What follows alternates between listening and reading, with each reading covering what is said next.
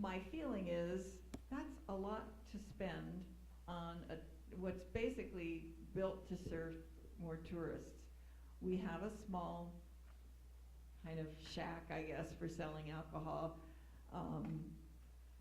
But I don't really think government agencies should be encouraging to that extent the sale of alcohol. Okay. You mind Most we'll locals just keep bring it going. themselves. Okay, great, thanks. I think if the community Wanna wants speed 'em it, up then we should eventually. be serving Watch. alcohol at the beaches. If the community wants us to be serving alcohol at the beaches, we should be serving alcohol at the beaches. Yeah, actually I can use it. There's a good kind of comparison at Diamond Peak in the food service area. We were not offering any alcoholic beverages, no beer, no nothing. And when people go skiing, that's their expectation. Every ski resort you go to has alcohol. Now, whether or not that's the expectation when people go to a beach, probably not so much. But the thing is, I think that it's a missed opportunity in terms of revenue. And I think we just need to police if people are doing responsible drinking and deal with that effectively. How do we police? You know, we have security on it. Certainly, I think if the community wants it, it's something that I think is a benefit.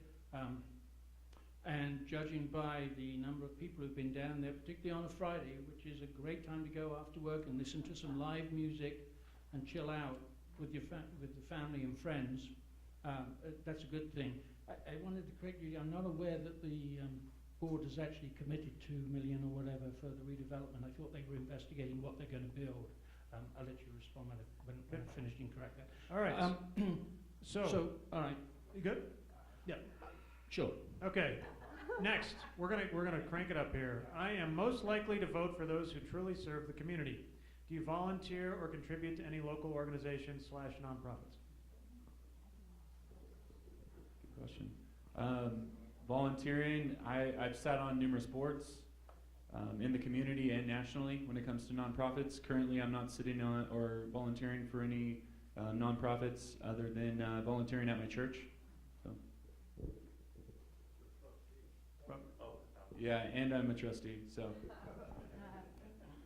It is a nonprofit. Yeah. Robert.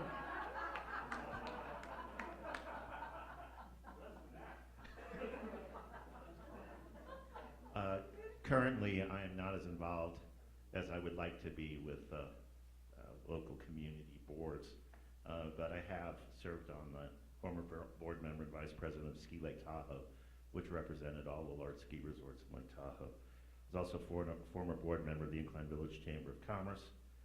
For the state of Nevada, I am an honorary board member of Northern Nevada Juvenile Diabetes Foundation. I helped take a function that went from $60,000 in one night to $1.6 million in one night.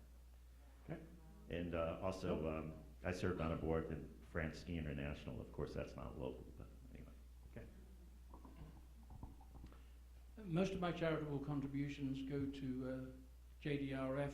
Those of you who know me, and many of you do, my daughter has type 1 diabetes, and I want to spend my money in researching for a cure for that horrible disease. That said, I do contribute time to certain organizations. The most recent one was Girls on the Run. I did do some sponsorship there. A couple of other things. I'm not going to pretend to you that they're huge numbers. They're not. Most of my money goes to JDRF. I currently serve on the Washoe County Incline Village Crystal Bay Citizens Advisory Board. I'm also the membership co-chair of the Tahoe, Nevada branch of AAUW. I maintain a website for a nonprofit local political organization. So I've tried to contribute my skills that I used to use in the workplace and use those now for the benefit of my community. Okay, there is a huge pool of citizen talent, resources, and skills in this community. Despite this, citizens are excluded from key committees. Which candidates will support the inclusion of citizens on staff and board committees? I think that's kind of a yes/no. Yes. Part of my, it's absolutely part of my platform. Okay. Another quick one, please. Thoughts on becoming our own city? That's our first internet question, everybody. From the internet. Still around. Boy, that is a loaded question and very, very complicated. That's why this is in the quick hitters. Yes. Well, that's a Wait. loaded question, very, very complicated. At this time, I would not be in favor of it. Although I do think that we could work more with the county to improve our roads and maybe do something like they did in Canes Beach with roundabouts to slow down traffic and have more of a sense of arrival for people who live here and people who visit here. I really like the idea of being in control of our own money. The amount of money we send down the hill, and the amount we get back, no, that's not right. So if there's an opportunity, but I know that it's been a windmill that's been tilted out once before, that doesn't mean to say we shouldn't try again. So I'd be in favour of looking at that and seeing if there's a way, and maybe not, it's a quick fire round, so I'll stop there. I think we've got to be in control of our money. Quit sending it down to those guys who waste it. Thank you. I think this issue was studied a few years ago, and although it sounds very tempting to be in control of our money, I think when you look at the costs of city government and all of the services that a city is expected to provide, we just don't have the population to support it. To becoming a city, the answer is no, but I think there are other options out there. Whether we want to become a town or we want to negotiate with Washoe County or seek another county that we want to be part of. I mean, those are all things that we should be open to and just at least be asking the question. Okay. Which candidates currently own IV property and pay a rec fee?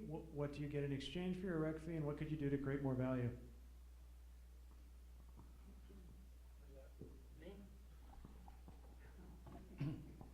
Currently, I don't own property. I used to own property. As those of you know will have seen, I'm sure there's been a lot of pretty nasty criticism about me, and I'm all for it. You know, the more you know about me, the better that there is. So unfortunately, I had to lose my home. When you have open heart surgery and lung surgery, when you've just started a new business and you're trying to keep 30 people employed so they can stay in their houses, when you want to make sure your daughter has the best education she can, you make choices. I made choices. I'm very proud of them. That said, in my rent, I pay a rec fee so that I can get rec privileges. I use them. I use them a lot. Any of you who know the amount of time that I spend with my daughter in this community on all sorts of things, I make sure I get good value for that rec fee.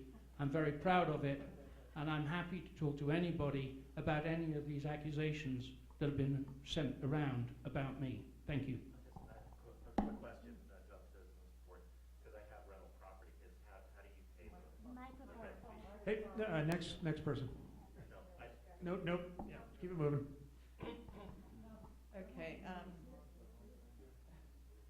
I do own property here, and I do pay a rec fee, but to me, it isn't a consideration of the value that I get. A fee is supposed to be something that you receive. A lot of people don't get any value. I use the facilities, I'm happy to use them, but value is not the consideration. What is the consideration is how is that money being used, and is it being used wisely? A fee is something different, and I'd be curious to know how many people charge or write off a dollar amount of the rec fee because it's not a tax, it's a fee, and it's not one that you can write off. Yes, my wife and I are homeowners here in town, and the $830 rec fee, I would say, I know I get access to the beaches because $100 of that is to the beaches. When it comes to the actual value that we receive as homeowners, I don't know.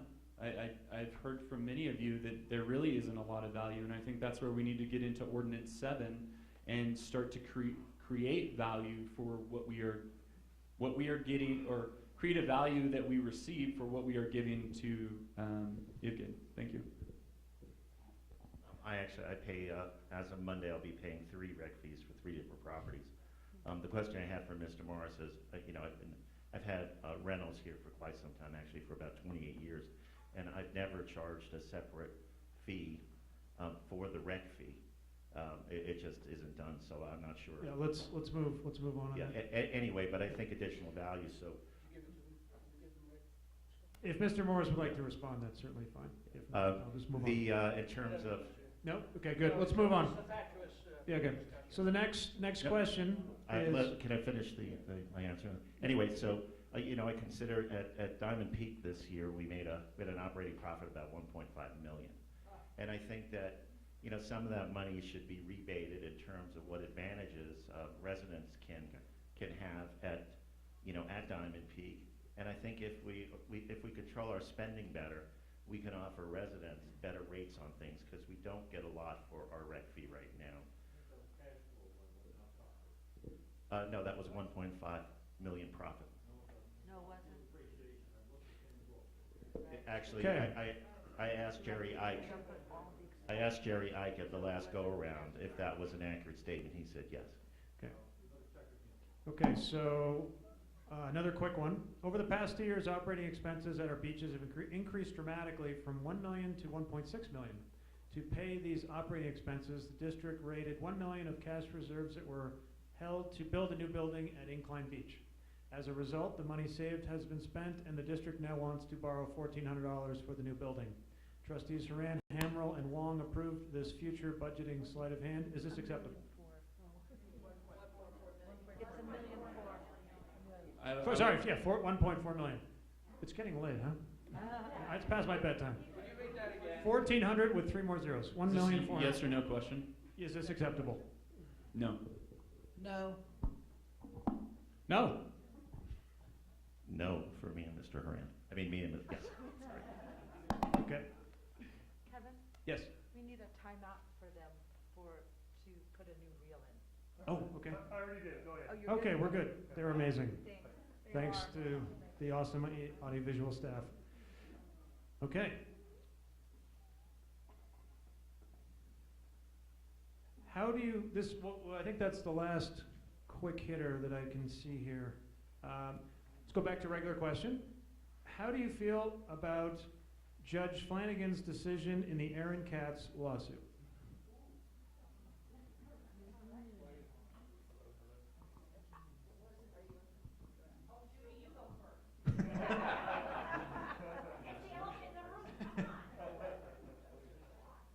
Based on the, how do I feel about Judge Flanagan's decision?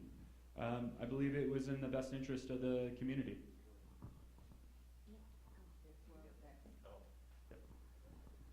Well, you know, unfortunately for Aaron, I know Aaron, and I talked to him.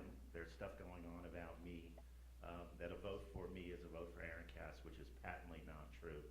Now, unfortunately, I think Aaron did much of this himself, and I know he's on appeal, but I think there should be some punitive damages on his part for his litigious behavior.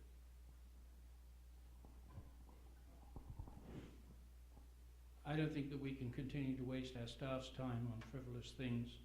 I think it's a very good thing for the community. I know that Judy and Aaron have got to deal with that. I know he's appealing. We'll see what the outcome is.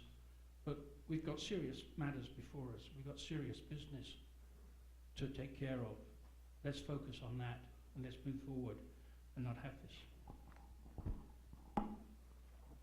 Well, obviously, I have a very personal interest in this whole thing. I will say, though, if you've read some of the things in the past few days about the problems that it did, many people have no idea what that lawsuit was about.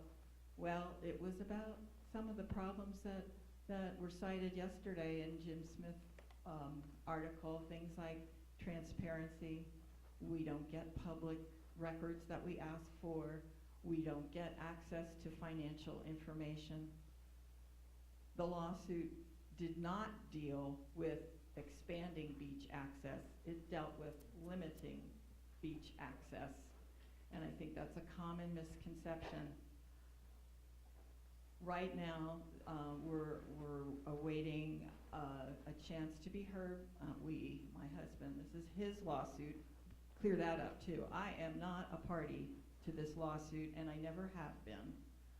But it will be heard, I hope, before the Supreme Court, because I think a lot of this was tried in the press, if you call it that, and the reports that you got were not always truthful and getting the whole story. So anyway, we have to wait for that. As a trustee, though, I think it's another thing that I've heard a lot about is, do I have a conflict of interest? Well, in a small community like this one, there's all kinds of conflicts of interest. I know Trustee Callicrate has to recuse himself and not vote on any matters pertaining to Tahoe Red, White, and Blue. I know Kendra Wong certainly couldn't vote on any issue relating to Sierra Nevada College. By the same token, I would certainly not be voting on anything related to my husband's lawsuit. Thank you. Okay, accountability, transparency, and oversight are not just words, they are the foundation of good governance. To date, citizens have raised important concerns about their absence in our district. Which candidates will support an independent forensic operations and accounting audit? If not, why not?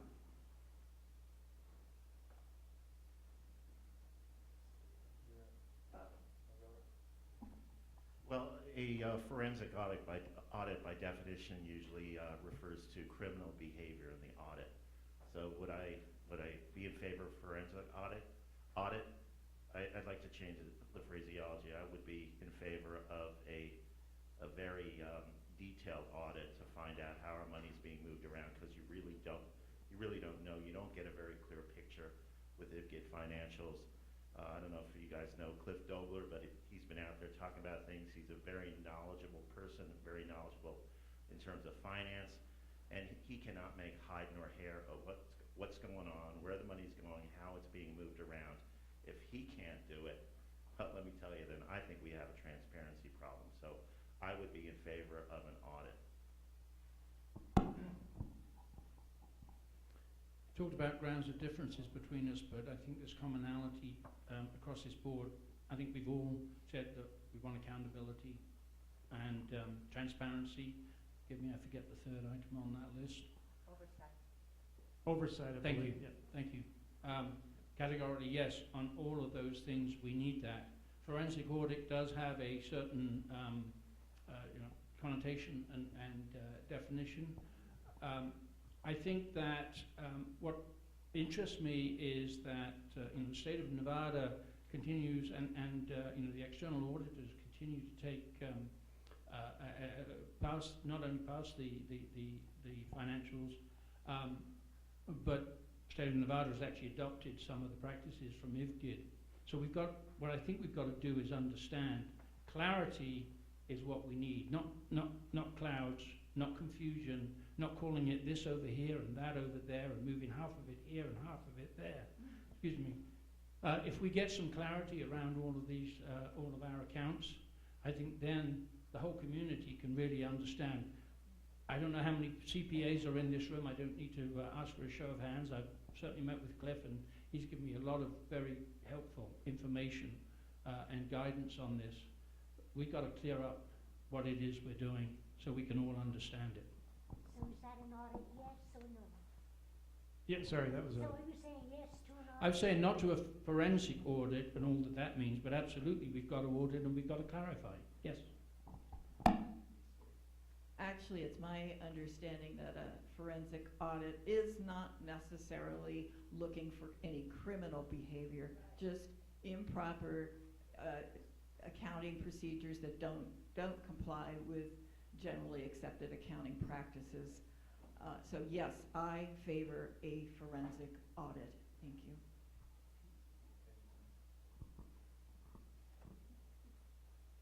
I would be in favor of.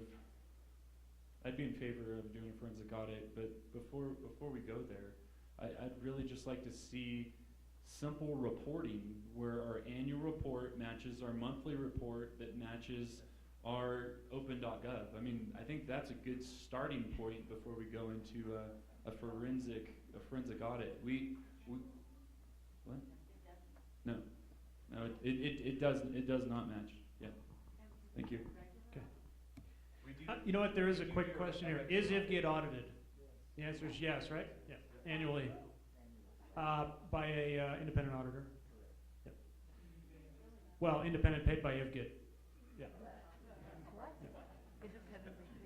That's normal though. Yeah. Okay, I did find one quick one actually that I missed. All organizations of living things want to grow, including GIDs.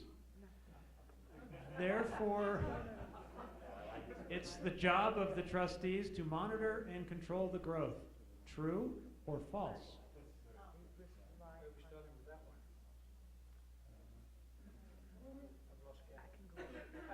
I'll go first. Let's go for it. Yeah, it doesn't matter.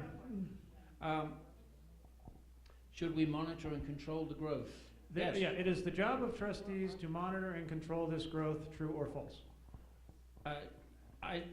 Control.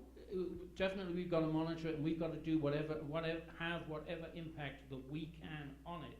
However, because of the nature of who we are, for example, there's the Washoe County area plan that's going on at the moment that does impact part of us that we don't have jurisdiction over. So there is potential, but unfortunately, that we can't control that. Back to the should we become a town situation, by the way. So the extent that we can, definitely we should monitor it, and we should control what we can of it to the wishes of our community. Sorry, just to clear, that was the growth of IVGID, I believe. Yeah, not area growth. There's a couple questions, by the way, that apply to the county and not IVGID that I set aside. I apologize, No, and that's that's easier. my bad. Definitely, if we're in control of it, we better down control of it. Yes, we as trustees have the power through the NRS to manage all of the operations of the GID. Not the general manager, not anyone else. The board has that power and should exercise control. I would agree. The answer is yes. Okay. I didn't go yet. Yeah, I think it was a true or false. It was. Yeah. I absolutely believe that the board should take control over budgets and various other things. According to NRS statutes, the board can also hire and fire employees. And in many ways, I think boards, this present board and boards in the past have, abdicated their responsibility to our community. Okay. So I've got, looks like we have time for like one more question here. Let me throw out real quick, is there any major topic that we have not covered sufficiently?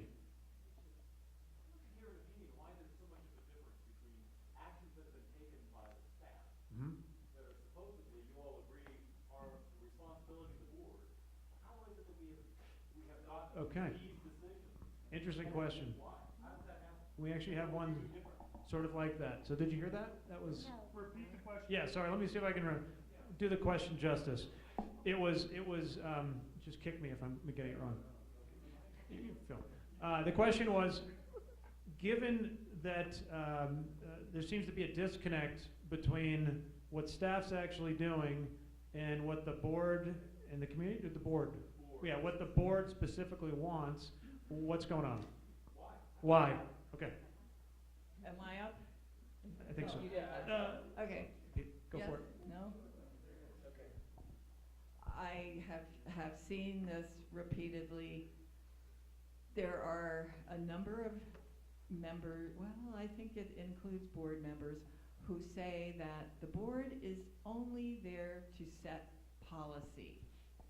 And so they go spend weeks developing policies that are in some book somewhere that everyone seems to forget about and no one follows. So instead of actually looking at the day-to-day operations and really managing the affairs of the district, the board has abdicated those responsibilities to staff. And this has been going on for a long time. And if you dare challenge that, as I think one former board chair who was actually present in this room or still present, if you challenge that, you will have some problems remaining.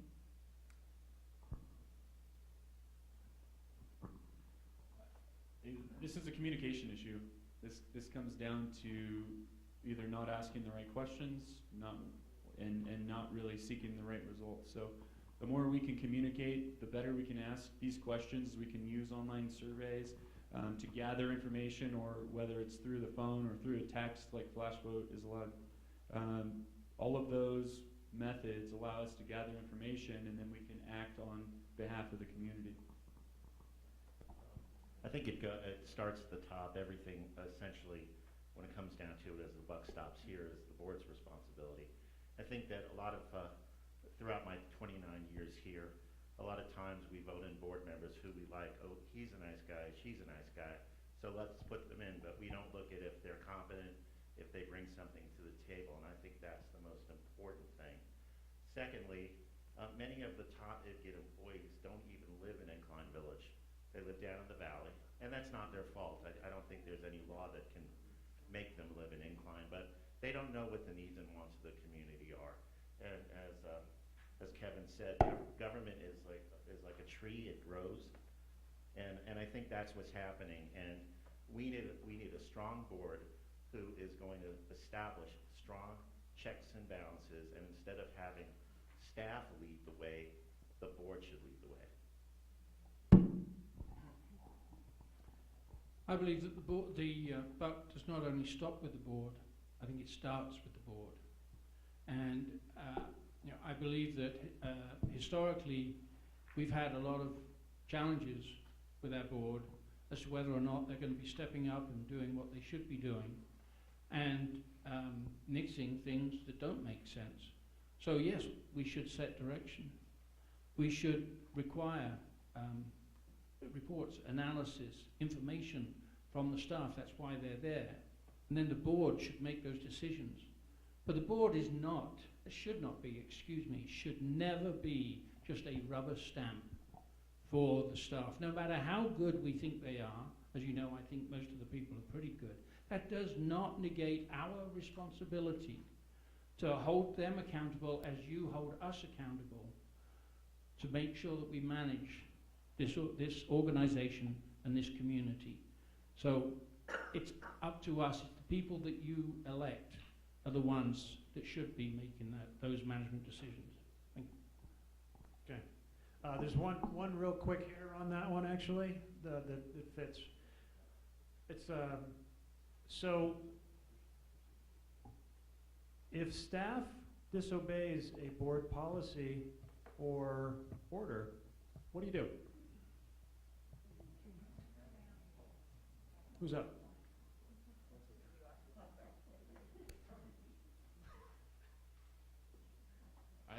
I mean, that's why we hire a general manager. I'd let him make that decision. But ultimately, the board can make the decision or the recommendation on what to do, depending on what that violation is.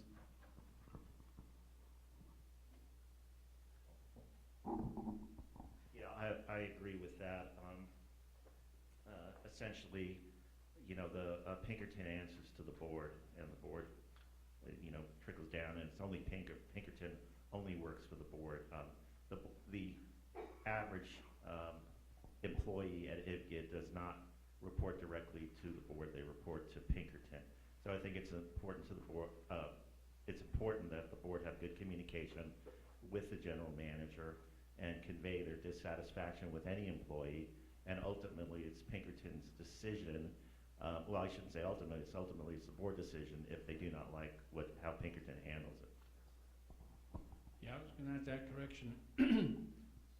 Clearly, it depends on the severity. But if there is something that is particularly severe, the board certainly has the ability to step in and correct that. Quite honestly, I think if the board is having to step in and correct that, there's something wrong with the general manager. And there's something wrong with the board's decision to have that general manager in place. So yes, the staff report up through the general manager. He or she should manage that team, and they should conduct the business that we, the board, tell them to conduct. If they're not doing that, and the general manager is not fixing it and not sorting it out, we need another general manager. Okay, thank you. We're down to the closing statements. Oh, sorry. I can't keep track. Thank you. Much better view from over there. Do what I can. Last but not least, as far as a staff member not adhering to policies, it seems like these policies get put away on a shelf. Nobody's even aware of them. Some years ago, we had policies for reporting, giving away our venues to nonprofits or to others, and we were supposed to get reports about what that nonprofit used their profits for, how much profit they made. I don't believe those reports have ever been forthcoming. And if a community member would bring something up like that at a meeting, I don't think they would even get a response. So we do have a little systemic thing going on here. And I just wanted to follow on quickly to something Peter had said, that you know, the board should do this and the board should do that. He's been at meetings for like at least 6 months now, maybe 9 or 10, since they first had an opening at an IVGID on the board when someone left. But I've never heard him make comments that there's been anything that was improper or that he disagreed with. It's always, oh, you're doing a great job, keep on doing it. So I just find it disingenuous that now he's saying that, well, some of these things, the board needs to take All right, action. yeah, let's I need an opportunity to respond to that ridiculous statement. I encourage everybody and anybody to certainly go back and track the number of times that I've been attending the meetings.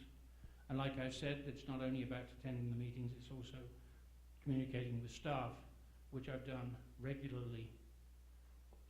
I would also encourage you to look back on the comments, the very caustic, very nasty comments that Judy and her husband have continued to make to the board. No, I was attacked. I need to respond. I think you did. I think we're drifting into closing statements. I need to just respond to this before closing statement, because this is not how I want to leave this meeting. Okay.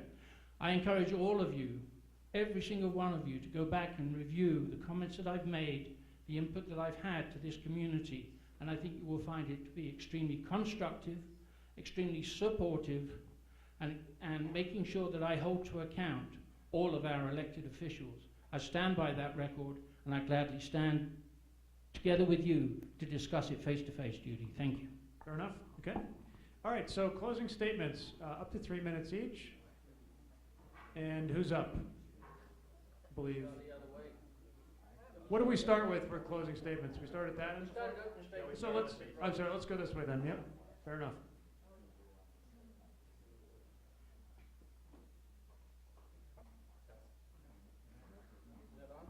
Hello. All right. Thank you all for coming out here this evening. This has been very, very productive. It's been an honor to be your trustee and have served you guys the last 14 months. I look forward to doing that for the next 4 years. And one of the things I look forward to implementing is a forum like this, where you do have access to your trustees more often to voice your concerns and to just a forum for you guys to be heard. So thank you.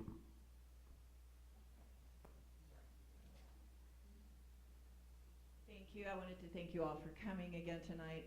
Yes, as I stated in my opening comments, I think this is the kind of forum that we need to have happen more often here, where you can actually get answers to questions, because that doesn't seem to happen at our board meetings. I think you have a choice. Early voting starts tomorrow. You can either continue with the status quo that serves many special interest groups. You can ensure an increase in the size of our local government agency as it runs more and more tourist businesses at a loss and subsidized by our rec fees. Some candidates will continue the practices that have been described by 2 current trustees and a former chair of the IVGID board, that IVGID hides its financial information, making its budget workshops meaningless exercises that waste the time of everyone present. Your other choice is to change the mentality of IVGID into one that really involves this community in the decision making and makes public records available to everyone so that together we can make informed decisions that affect both our quality of life and our wallets. I encourage you to vote for me. I believe I have the most directly related experience, and I've demonstrated that I understand the role of a trustee and the meaning of the term public service. Thank you. Thank you, everybody. Thank you sincerely for sticking through 3 hours with us. I'm really very pleased with the number of you who have been able to stay and listen through to the end. I'm also very, very pleased with the questions that you've asked and the topics that you've raised. I think in my 8 years in Incline, this is the first such real detailed forum that I've had. Unfortunately, at the moment, there's one trustee and one soon-to-be trustee up here. I certainly hope they've been able to listen to this. The more that we could do that, the better. I want to go back to what I said at the beginning. You know, I'm a businessman. I run huge corporations with multiple IT managers reporting to me. I've run startup businesses. I understand business. I understand government. I'm a family man, and I think that's really important, that we look to the whole community and that we service everybody. The fact, I think, that I've developed a wonderful working relationship, not only with the staff, though they are really critical for a trustee, but also with a number of people that I've been fortunate enough to meet. Either I already knew or through this process got to know. All of you who know me know that I'm very open. I will certainly listen. I don't pretend to have all the answers at all, but I do definitely insist that I will listen, that I will learn, that I will ask questions, I will hold accountable.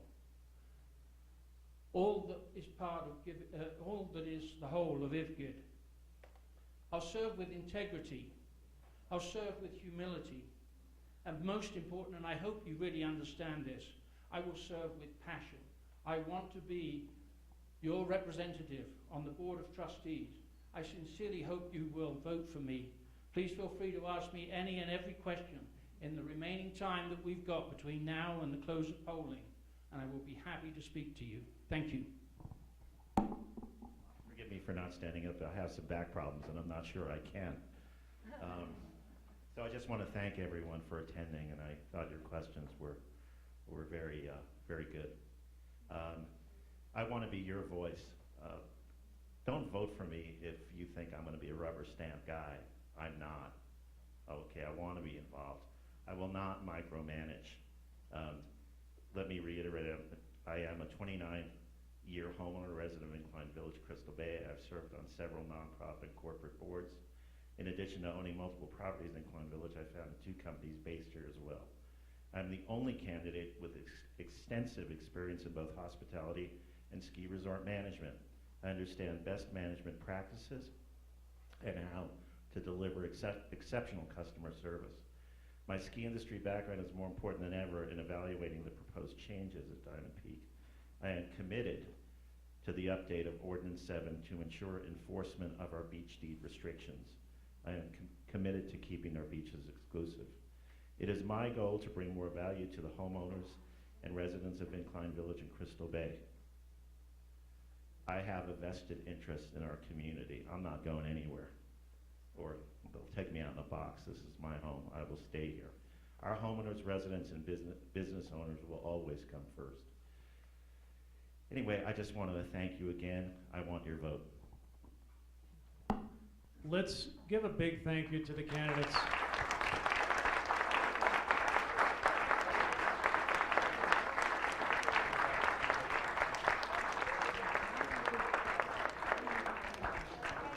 Thank you. I'm sorry, it's 8:02. I tried. Can we have a big hand for our moderator? Oh! I tried. And I also My want pleasure. to, I want to thank Linda Newman and also Cliff Dobler because they put this together in the last minute. So thank you, Linda, and thank you, Cliff, even though you're not